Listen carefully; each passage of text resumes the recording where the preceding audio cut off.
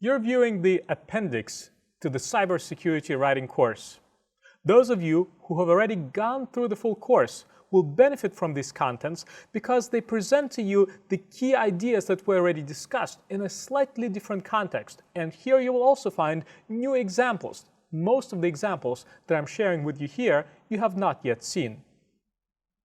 Many of you are looking at this recording to get a sense for what is this course like, and also perhaps to learn what I want to share with you here, which are the most common mistakes that I have come across in cybersecurity writing. Let's begin by thinking about what is the key to good writing in our industry. What is the most important approach that you can use to make sure that you are successful when writing on cybersecurity topics? How can you get your readers to notice your writing, to appreciate your insights, and to follow your advice? What's the key? Are you ready? I'm about to unveil it to you. Are you sure you're ready for this? Well, the key is to present your ideas on your readers' terms. That's what will allow you to succeed. It involves developing a sense of empathy to understand your readers' expectations and to state your thoughts, your ideas on those terms. So I wanted to share with you in this session some of the mistakes that I have seen very, very frequently over and over again when reviewing cybersecurity writing, when reading reports and blog posts and articles. And I have made these mistakes myself because I've been working in cybersecurity for more than a couple of decades. I've had a chance to write plenty of reports and blog posts and articles, and so I've made these mistakes. I've learned from my own failures and from seeing these mistakes in other people's contents. So let's start with the first mistake I'd like to share with you, which is burying the main point. The way that I wanted to present these mistakes to you is first show you an example of this mistake so that you understand why it is a problem. Then I will explain to you why the mistake goes against this idea that you should represent your content on your readers' terms. I will explain to you what your readers would like to see and how they would like to see it. And then I will show you a way of addressing the mistake that we're discussing. So I've got 10 of these to cover, and this is the first one. So what does it mean to bury the main point? Well, take a look at this example. Here is a piece of content related to cybersecurity. Can you take a look at it, and can you notice a problem? And if you do notice a problem, think about ways in which you might address it. So let me pause here and give you a chance to do so. Once you've thought about this, then proceed to the next screen. When reviewing this writing sample, did you notice that it presented several ideas inside a single paragraph, which is just fine. So here's the first idea. It is the first sentence that you see here. And then later in the paragraph, there's the second idea, the second sentence. What is the purpose then of the last sentence of this paragraph? Well, when you look at it, you will see that the last sentence of this paragraph summarizes the first 2 points. This last sentence acts as the summary, and that is exactly what your readers don't want to see. They don't like seeing the main point at the end of the content. Instead, what your readers want to see are the key points up front. So how would you address that problem that you saw on the previous screen? This is what we saw, but all that I did to address the problem is I moved the last sentence to the front. You see, now we provide the reader with the most important takeaway from this paragraph right away. This is the summary. It's the same summary that you saw at the end, but there it acted as a conclusion. Most readers are quite busy. You're a reader as well. I'm sure you consume a lot of content. You understand that in many cases, you're skimming your content, looking to grab the most important ideas. And so, by presenting the most important idea up front, in this case, you are using this as a topic sentence for the paragraph. By presenting the most important idea up front, you allow the reader to derive the most important information from this paragraph right away, and you allow the reader to decide whether he or she should continue reading the paragraph or maybe reading the opening sentence is sufficient. So, my advice to you is to preview the key takeaways up front. The reason why this is very important is because you should take advantage of the limited attention your reader is giving you when starting to look at your content. While you have the reader's attention, present the key takeaways. This way, if the reader ends up not reading the rest of your content, at least you had an opportunity to sneak in the most important takeaways. Now, this idea applies not only to the topic sentence of a paragraph, but to other parts of your content. So imagine if you're working on a report whose thumbnail you see on the right side of your screen here. I don't expect you to read the actual words or even be able to see the letters of this report. I want you to see the overall structure.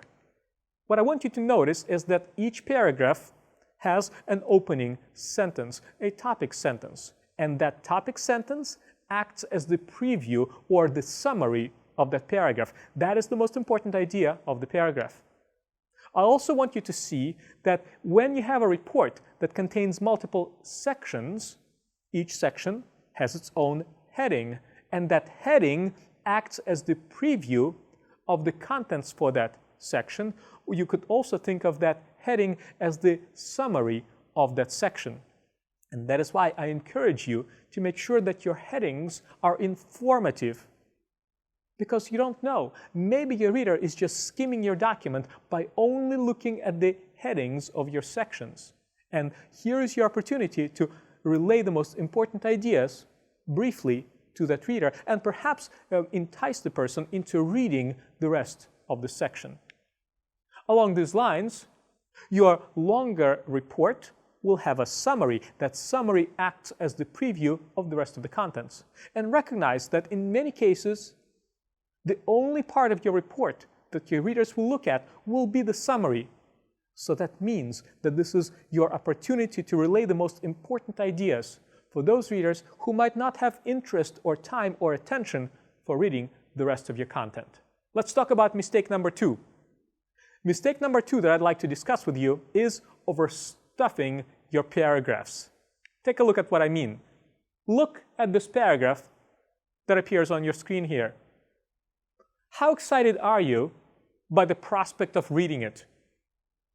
Do I dare ask you to read it? The reason why I bring this up is because this paragraph looks overwhelming.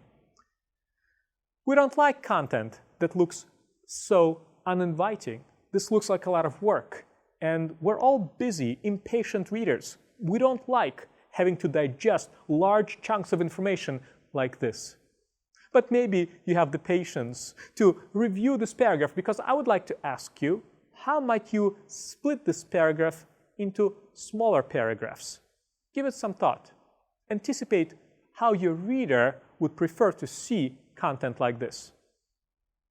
Your readers want to see your ideas in easy-to-digest chunks. And the paragraph that you saw on the previous screen was just too big, too uninviting. My hope is that you had a chance to look at that paragraph and you realized that you can split it into several smaller paragraphs. We're not changing any of the content there. We're just breaking up that paragraph so that sentences that are related to each other are in a single paragraph, but we're looking for several ideas that we can separate into their own independent paragraphs. And in this case, I saw an opportunity to split that long, uninviting paragraph into 3 paragraphs. Now this content looks easier to read, and therefore your readers are much more likely to actually bother reading it. Notice that by splitting the paragraph into 3 paragraphs, we also have the opportunity to present to our readers 3 independent topic sentences. Recognize that as readers, we skim a lot of content and our eyes go from one paragraph to the other. And we look at the first sentence in a given paragraph or a portion of that sentence. So in a large paragraph, you only have your reader reviewing the first sentence of that paragraph in many cases. But now that we have several paragraphs, we're much more likely to have our readers review at least 3 sentences in this content. Here are some suggestions for you if you're not sure how you can structure your ideas into paragraphs. First, I suggest you jot down your thoughts without worrying about the structure or your paragraph configuration. Just jot them down, get them on paper, type them up. Next, group your sentences into snippets that contain related ideas. Sentences that describe a discrete idea, you can group them into a paragraph. That's the grouping that the paragraph represents. Once you have such a grouping, it's not quite a finished paragraph. Look at the sentences that comprise your draft of the paragraph and make sure that you bring to the front of the paragraph the sentence that summarizes the contents of that paragraph. The key idea, that's what your readers want to see up front. That is what you will present as the topic sentence in the beginning of that paragraph. Now, let's look at mistake number 3, including indecipherable graphics in your content. Boy, have I seen some awful graphics while reading content in this industry over the years. Perhaps I created some awful graphics as well, but now I'm trying to be better. And I wanted to share what I have learned about avoiding common mistakes and about creating strong graphics that communicate and speak to your readers. So here are some examples that I came across. These are from real-world reports. I did not adjust these in any way. Here's one graphic. This is apparently a table that I extracted from a report. What do you think of this table? Does it look awesome? Does it look awful? When I look at it, I have no idea what it's trying to say. It appears to be stretched out. It is highly pixelated. And I don't know what I'm supposed to take away when I look at that table. That table is amazing because it fails in so many different ways. Here's another graphic that I found in a security report. What do you think about that one? Again, it's highly pixelated, unfortunately. I can read, I think, that it says something about port scan traffic rates, and I can see beautiful lines. But what does this visual pattern represent? What is its significance? It is quite possible that if you looked at this graphic in the context of the paper from which I extracted it, you might have enough information to interpret the meaning of this graphic. However, that would require work. It would require mental effort. And we're all busy. We're all tired. We're all impatient. And if you expect your readers to look at a graphic like this and take the time to figure out what it means, then you're setting yourself up for disappointment. Now, sometimes I have seen graphics that are completely meaningless that I think the author of a given report placed into the report just so that it looks impressive. You know, maybe you have some reader who you think will not know fact from fiction, who will not know that you're presenting nonsense. Of course, in that case, I suppose it doesn't matter what you include in your report. But look, we're all trying to write strong, meaningful content. We all expect that our readers want to derive specific benefits from consuming what it is we're writing. We want to communicate certain meaningful ideas, and if you want to be taken seriously, you must take your readers seriously as well. And you must understand that your readers will look at a graphic like this, and they will have a hard time deriving meaning from it. Here's one more example that I wanted to show you. Take a look at this chart that I found in a security report. It looks pretty if you look at it, I suppose, from far away and you squint your eyes, you see a pie that is broken up into several pie slices. But what is the meaning of these pie slices?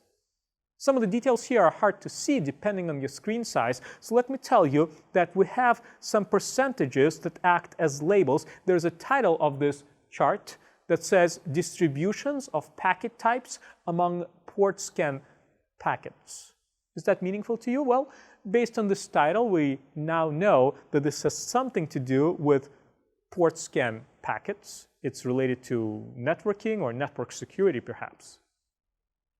If you look closely at the label here, I'm not sure if you can see these details, but here we see indications that the labels refer to various flags that you would have set in TCP packets. There is a label that represents the SYN flag being set.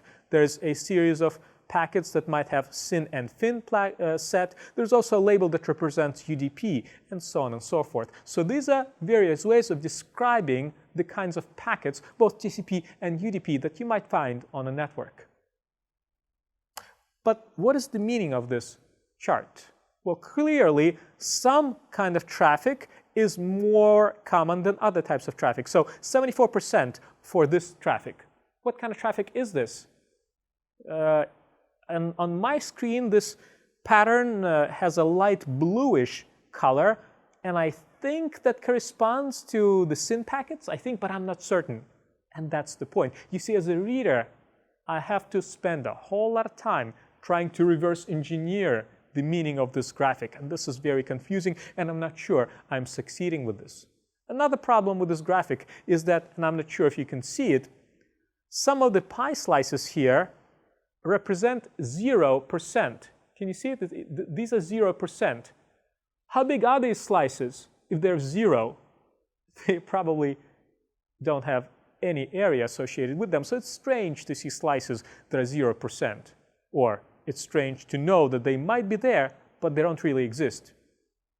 But does 0 exist? It brings up all sorts of philosophical questions that I'm not ready to pursue in the context of this presentation. So what do your readers want? What your readers want is to absorb a key idea behind your graphic at a single glance. That's what your readers want. You know they want it because you yourself are a reader. So how would you revise this graphic?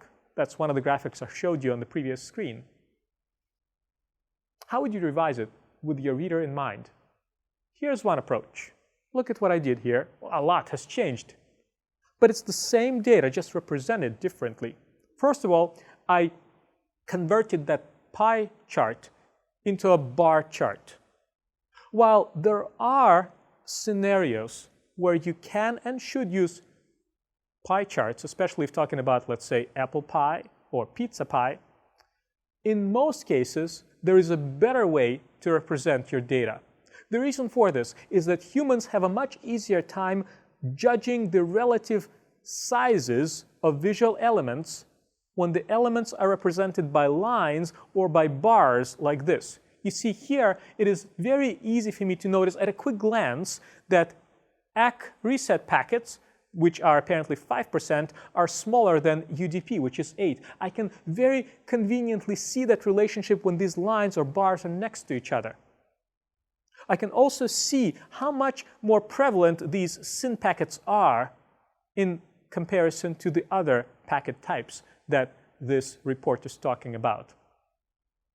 So yes, sometimes you can use pie charts, especially if you want your reader to recognize that all of the elements that you're discussing form a complete whole that matches to 100%, but in almost every case that I have seen, there's a better way of representing the data, and in this case, I believe a bar chart is more effective.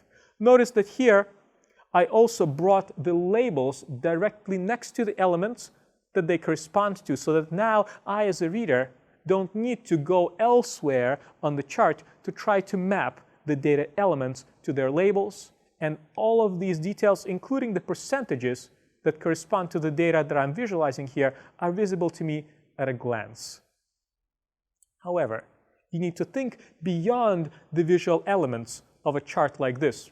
You need to assume that some readers will look at a chart like this no matter how well crafted it is, and they will still misunderstand it, or they might not understand it depending on their background.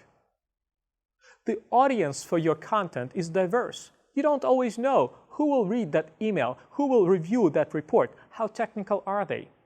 So therefore, you need to cater your content with the expectation that your readers will need sometimes some extra nudge towards the right conclusion when you represent your data.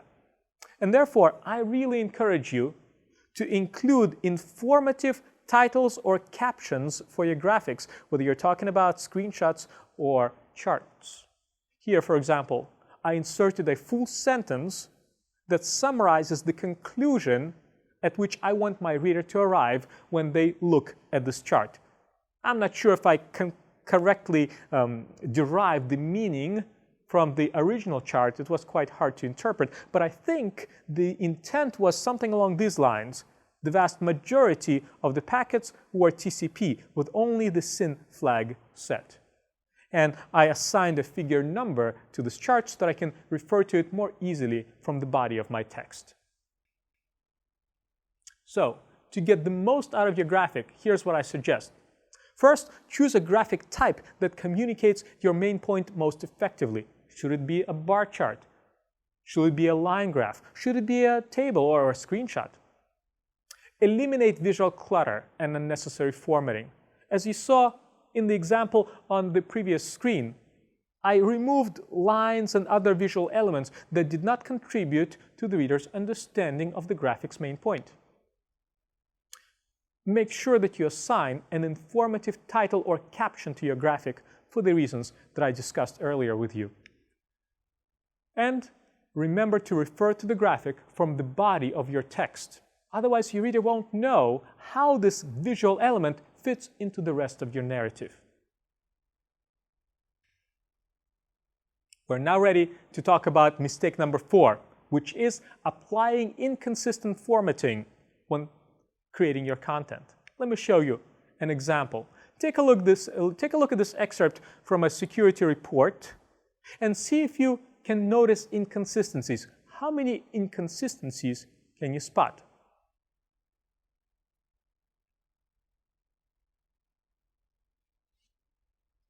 Let's discuss some of the visual inconsistencies that I noticed in this example. See if these match what you came across as well. So, first of all, there was an inconsistency in how much white space I saw between this heading and its paragraph and the following heading and its paragraph. Did you notice that? You might say, okay, fine, but that's not a big deal. And I agree, that in itself is not a big deal. But formatting inconsistencies like this contribute to the overall look of your report. And inconsistencies like this make your report look less professional. They all add up. Also, inconsistencies confuse your readers because formatting is meant to provide a visual guide through your content. And if that guide is inconsistent, your readers can easily get misdirected and at some point might not even continue reading your writing. What else? Well, how about this? You probably noticed that the headings were not formatted consistently.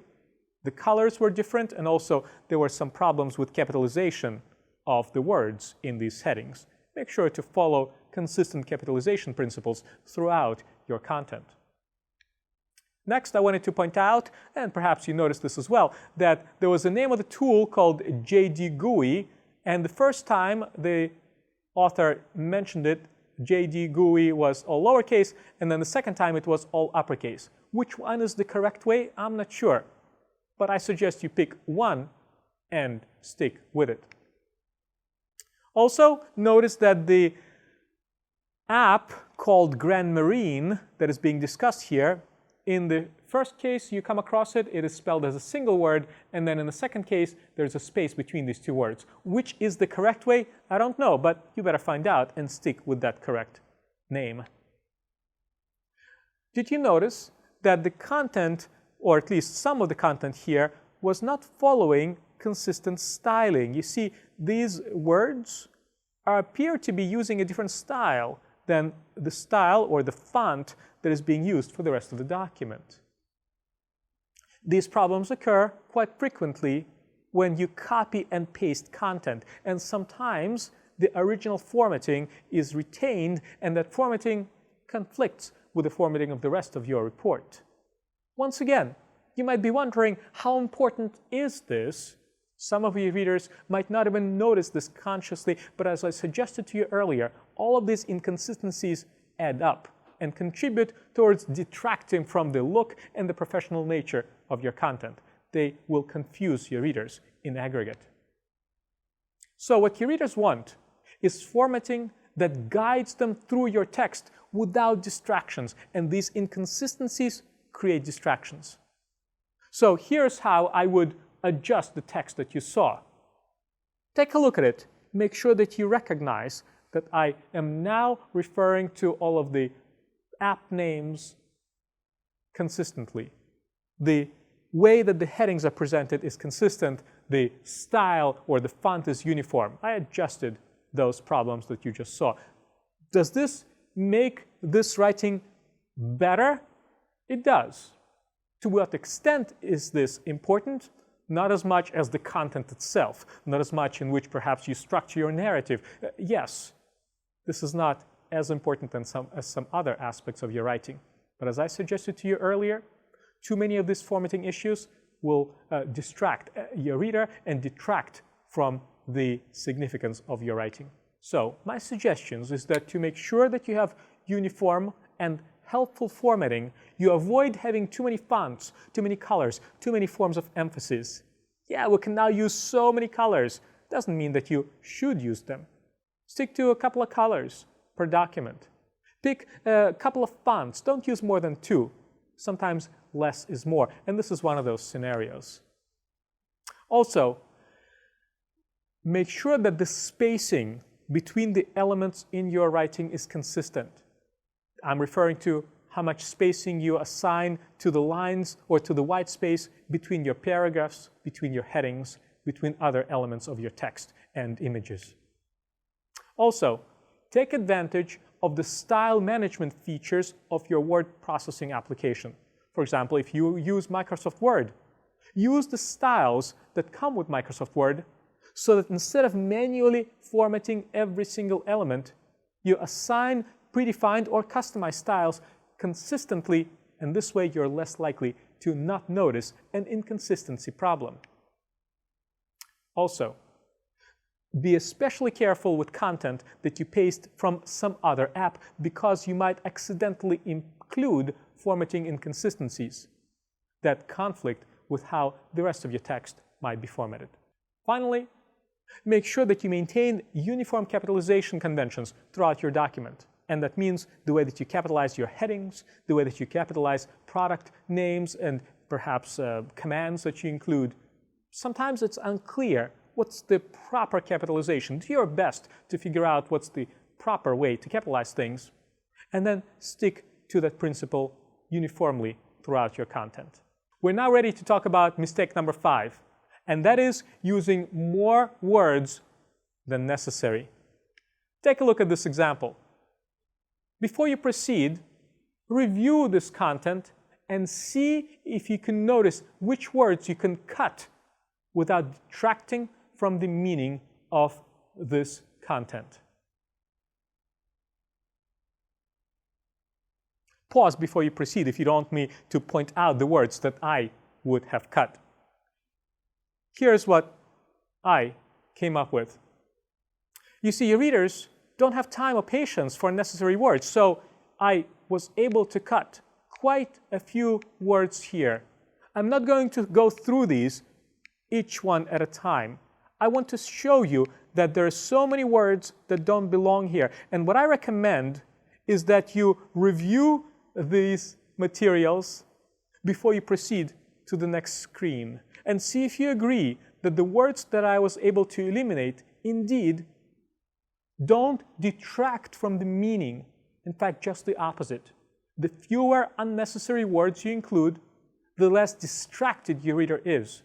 The less energy they will waste reading this paragraph, and the more energy they will have left to read the rest of your content. So your readers don't have time or patience for unnecessary words, as we just discussed.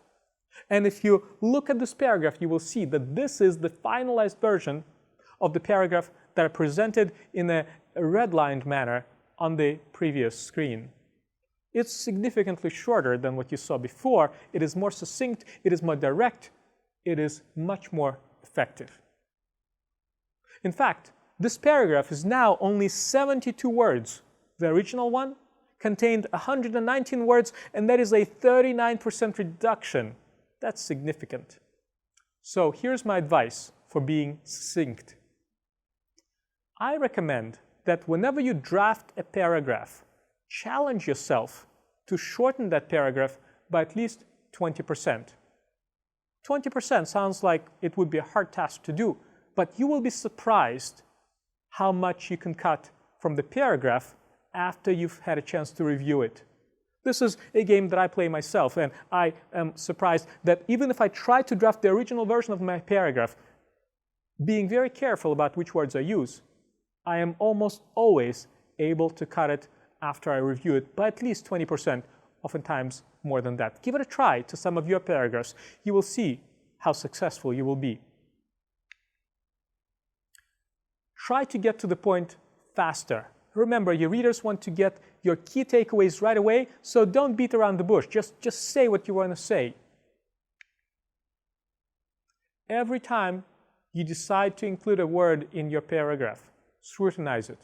Scrutinize each and every word, or better yet, scrutinize each word that you include in your writing. And my advice, when in doubt, cut it out.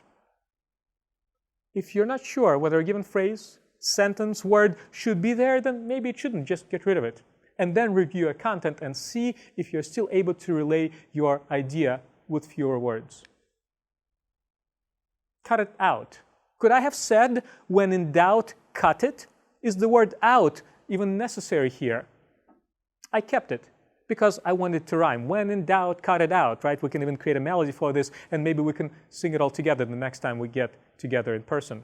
My point is that sometimes you want to keep the extra words to achieve a specific objective, but make sure that you have a reason for every word in your writing. This is a hard thing to do, especially if you're in a hurry, especially if you're drafting an email message that you want to send out right away. It's very hard for me to slow myself down and force myself to reread what I just wrote and look for opportunities to shorten my writing. But when I do, the result is always better. So, remember to be brief, but at the same time, don't do so at the expense of the details that your readers actually need to see. So sometimes, when you review your writing, you will notice that certain information is missing. If you think this information is important for the reader, of course you must add it, even if that extends the length of your content. So include just the word that you need, but don't forget to supply the information that your readers expect to see in your writing. Mistake number 6, not using parallel structure in your writing. And here's what I mean. Take a look at this example. Spend a few moments reading this list and see if there is something that bothers you about the way that I constructed it. When sharing malware samples with researchers, what should you do? Well, take a look at this. Did the recipient ask for the file? Check whether you're allowed to release the sample, and so on and so forth. What is bothering you about this? Well, notice that every element in this list begins in a slightly different way.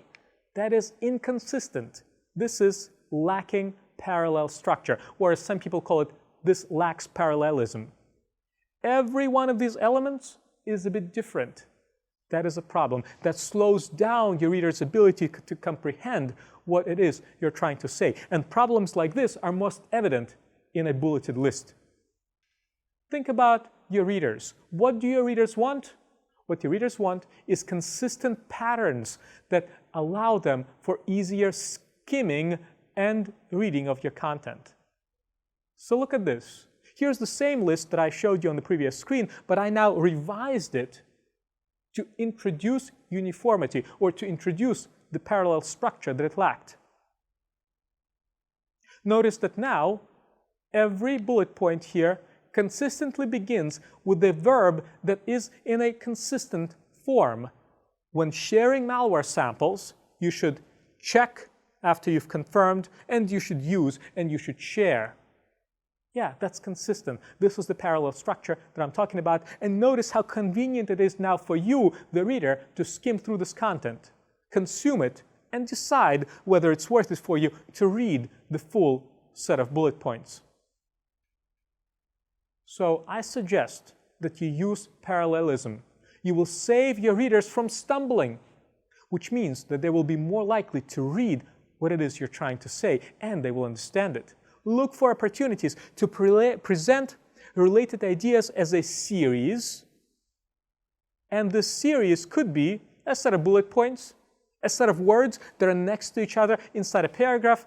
They could even be headings, but my point is that these contents that are in the series, they should be consistent with each other. They should be using consistent, similar forms. The problem that you saw in the example on the earlier screen was evident in a list, but the same parallelism ideas apply to series of words inside a sentence and to the headings that you might include inside of a report. We're now ready for mistake number 7, and that is using FUD to cause your readers to feel anxious. So, to see what I mean by FUD, take a look at this example. FUD, of course, in this context refers to fear, uncertainty, and doubt. We tend to include FUD in our content, sometimes even if we try not to, which means that we're overblowing the threat and we're avoiding being specific about the risks that we want the user to think about, or rather, the risks that we want the reader to think about.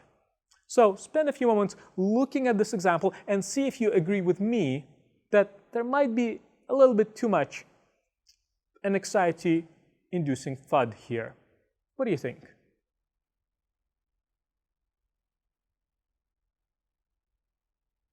What your readers want is to understand the specific mitigation approaches to the realistic and relevant risks that your writing talks about. So we should talk about risks. We should talk about the items that the reader should be afraid of. But these items should be realistic, relevant to the reader, and they should be specific. These items should have associated mitigation approaches. That is the difference between FUD and realistic risks that your writing might describe. So here's my attempt to take the ideas that you saw on the previous screen and relay them in a way that I think is more practical, more constructive, and that avoids some of the FUD factor that you may have felt when reading the original version of this text. Take a look and see if you agree that this is more effective cybersecurity writing. So my advice to you is to exercise caution when using fear to frame problems in your writing. Now, as you know, the fear of a cybersecurity breach can motivate your readers to pay attention. Yes, you need to use fear, because after all, organizations are paying attention to security because they're concerned about risk. And that means that they're being, they're afraid of certain things happening. They want to anticipate, protect themselves against those risk factors. So you can and should use fear in your writing. Just make sure that you focus on the specific risk factors that are relevant to your readers. Make sure that you propose a plan to mitigate that fear and avoid just indiscriminately raising uncertainty and doubt. Be afraid, be very afraid. Well, what does that mean? Be specific, make sure that the risks are relevant to your readers, propose a mitigation plan, avoid the FUD. The reason why it's so important to avoid FUD is because while fear, when used correctly and proportionately, is effective when discussing security concerns, what you want to avoid is causing your reader to feel anxious. You see, fear is a reaction to a specific threat that might have a countermeasure. In contrast, an anxiety is a general state of distress. And the problem with anxiety is that it can scare people into inaction. That's exactly what you need to avoid by staying away from FUD. We're now ready for the next mistake. Mistake number 8, escalating tensions in difficult situations. What does that mean? Well, take a look at this example. Review this writing sample and see if you agree with the manner in which the author of this message communicated his or her concerns.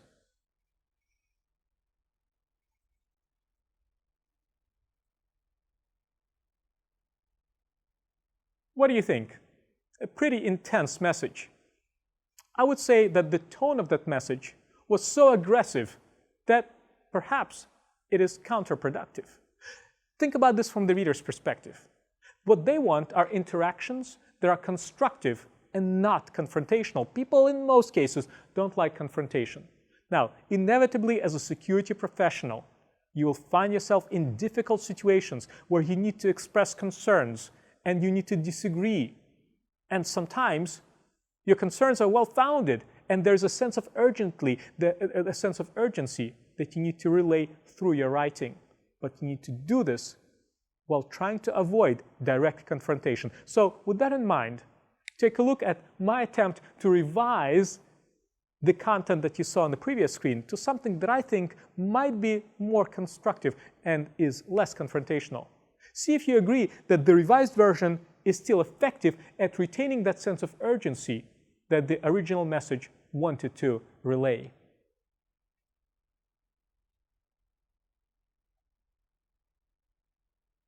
It's certainly a softer message, and depending on your personality, depending on your context, depending on your understanding of your reader's expectations, depending on what's normal in your organization, you might construct the message differently.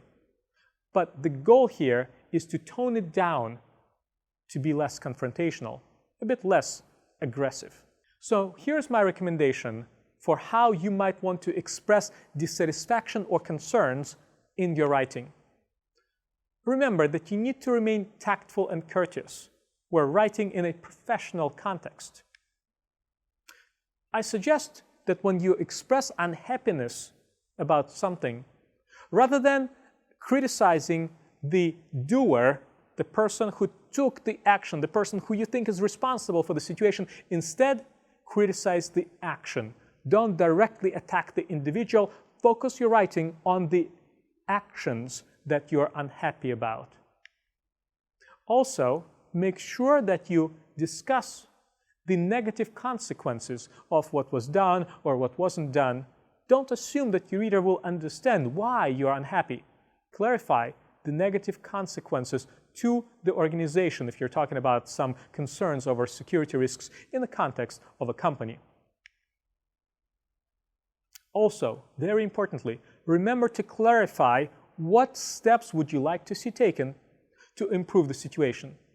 Too often, I find people discussing their concerns in the heat of the moment without actually saying, so what would you like to do about the situation? I mean, certainly we always like to vent once in a while. It feels like a good thing to do, although it's not very constructive.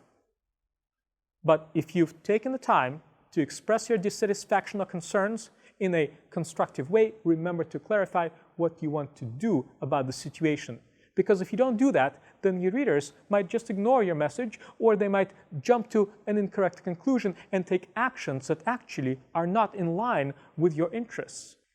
All right, we're now ready for mistake number 9, which is including details that most of your readers don't need. Take a look at what I mean.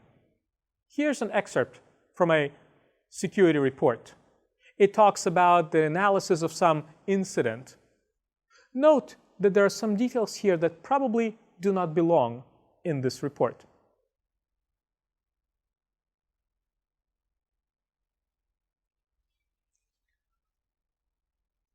Let me explain to you what I think was wrong with the sample that you saw on the previous screen.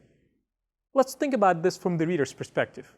What your readers want are answers to their questions without distractions. And if you include content that most of your readers don't need in the body of your report, in the body of your email message, then you're distracting them.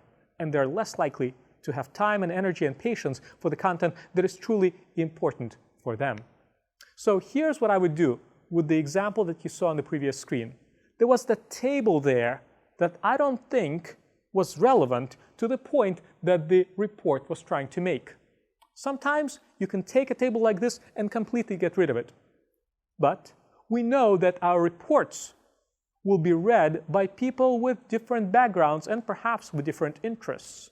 So if you think some readers of your report will benefit from that level of detail, then what I suggest is moving it into the appendix. The appendix is a wonderful thing. This is where I place things that I don't have the strength to completely strike out of my content. You think it's going to be valuable to somebody? Fine, keep it, but move it into the appendix and recognize that most people won't look there.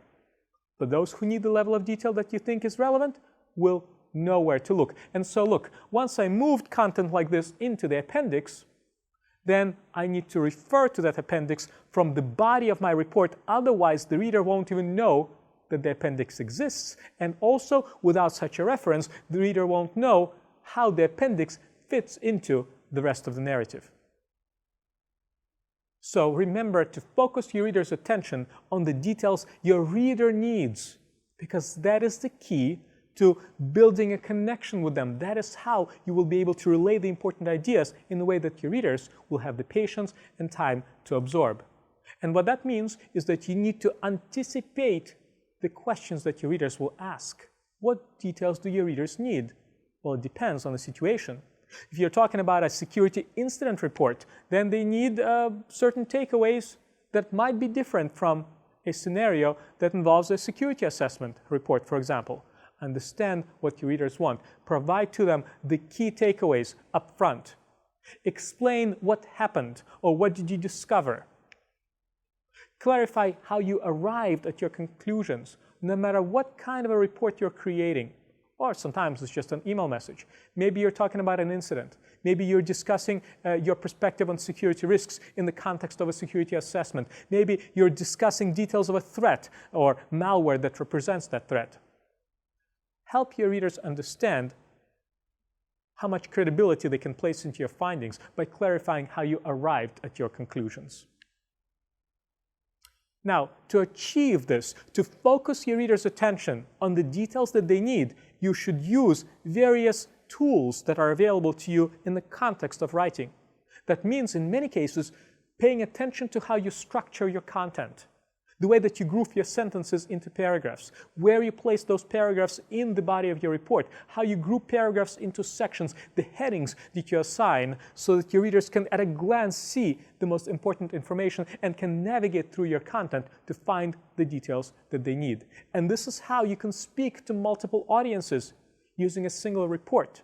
If you include informative headings, then people who need certain information will know exactly where to hide it by glancing through your headings and perhaps even looking at your table of contents if you decided to include it in your report. And remember, the details that you think might be relevant to some members of your audience, you decide to keep them. Those just-in-case details belong in the appendix. Or perhaps you might want to keep them as a separate document that you can supply to those readers that request it. We're now ready to discuss the last mistake I wanted to share with you, mistake number 10, and that is not giving credit where credit is due. What do I mean by this? Well, this mistake can take several different forms. Take a look at this short example. What if you saw a sentence like this in a threat report, for example, or a security alert that you might need to publish to your employees? It has been determined that the Hilton Honors email that resembled a phishing message was in fact non-malicious. It has been determined. Well, determined by whom? A lot of your readers might need that information to determine whether to trust what it is you're trying to communicate. You see, there is some ambiguity here that I would prefer to eliminate. I want to attribute this work to some entity, a person or a team or a company that performed the determination. Here's another example. Researchers identified a new malware family named Elephant Mouse, which stands out in its ability to evade common memory forensics approaches. Okay? Now, who are these researchers? How trustworthy are they? Can I rely on their findings? I would like to know, so that I can judge how much attention I should pay to this content, and that is the information that is missing here. You see, this is what I mean by not giving credit where credit is due. So what your readers want is to understand the sources of your information, and they also would like to know who contributed to the analysis or the details that you're including in your writing. So therefore, what I want you to do is think about how you might rephrase the examples that you saw on the previous screen. Here's the first one, the one that talked about the Hilton Honors email. How about talking about something like this? Maybe you say that this was the DOCO information security team that performed the determination. In this case, I'm assuming that DOCO is the company that you are writing about. So the security team determined that this email was non-malicious. Also, when you're writing about your analysis, about your project, about your proposal, look for opportunities to thank people who made a meaningful contribution. Acknowledge them. This will make people appreciate you, and it also adds a positive element to what oftentimes is a negative message. So how about something like this? Thanks to Sasha Schaefer for performing this analysis on such a short notice. Genuine gratitude goes a long way. How about the next example that you saw, the other example that I showed you on the previous screen? Well, rather than being abstract about who performed the research, how about saying something like researchers at a cybersecurity firm MSSP Corp? Now, if your reader is familiar with that firm, now they can decide, can they trust those researchers or not? And if they've never heard of such a firm, then maybe they're right to be a little bit skeptical, and they might need to do some double checking to see if these are accurate findings. So my advice to you is to clarify your references and acknowledge the work of others. That means explaining which information you derived yourself and where you obtained details from others. Include references to whomever you're quoting or paraphrasing. That is also very important. It's not only the right thing to do, but it also allows the reader to understand the building blocks from which you have arrived at a given conclusion. And of course, remember to thank those who have contributed to your efforts, to the efforts about which you're writing. So now you know about the top 10 writing mistakes that I have seen throughout my years of doing security work. And more importantly, now you know how to avoid them in your own writing. So just to summarize, here are the mistakes that I presented to you. Burying the main point, overstuffing the paragraphs, including indecipherable graphics, applying inconsistent formatting, using more words than necessary, not using parallel structure, using FUD to cause anxiety, escalating tensions in difficult situations, including details that most readers don't need, and not giving credit where credit is due. Did you remember all of these? Hopefully, now this is resonating with you. Now you understand why this is important. Now you know to watch out for these errors in your writing and perhaps preempt them. And that is what will allow you to create better content. This is what will make you a better author of cybersecurity-related materials. So the mistakes that I covered with you, I don't know if you noticed, but these mistakes span several categories of problems that are likely to arise in your security writing. I call these mistakes, or rather these categories, the golden elements of writing. And here's what they are. First of all, I think about the structure of your writing, the structure of my writing. I think about how the writing that I create looks. Does it look appealing? Does it look inviting? I consider whether the words that I'm using are as effective as they can be to relay my message. Also, I recognize that my writing has a certain tone, the feeling that the reader gets when they read my words. And sometimes that feeling is not what I want the reader to feel. And, of course, very importantly, my writing conveys information, and I need to anticipate what the reader wants to see to answer those questions so that I can build a connection with my reader and inform the person so that this person can appreciate my contributions. So these are the 5 golden elements of cybersecurity writing. And the course that covers these techniques is called Cybersecurity Writing, Hack the Reader. Some of you have already attended this course and are viewing this content as an appendix, and I hope you found these materials useful. Some of you maybe are thinking about attending this course, and perhaps these materials got you a bit more interested in taking a closer look at deciding whether this course is right for you. But regardless, if you know somebody who wants to improve their writing skills, here are my recommendations. Maybe you tell them about this course. Maybe this course is right for them.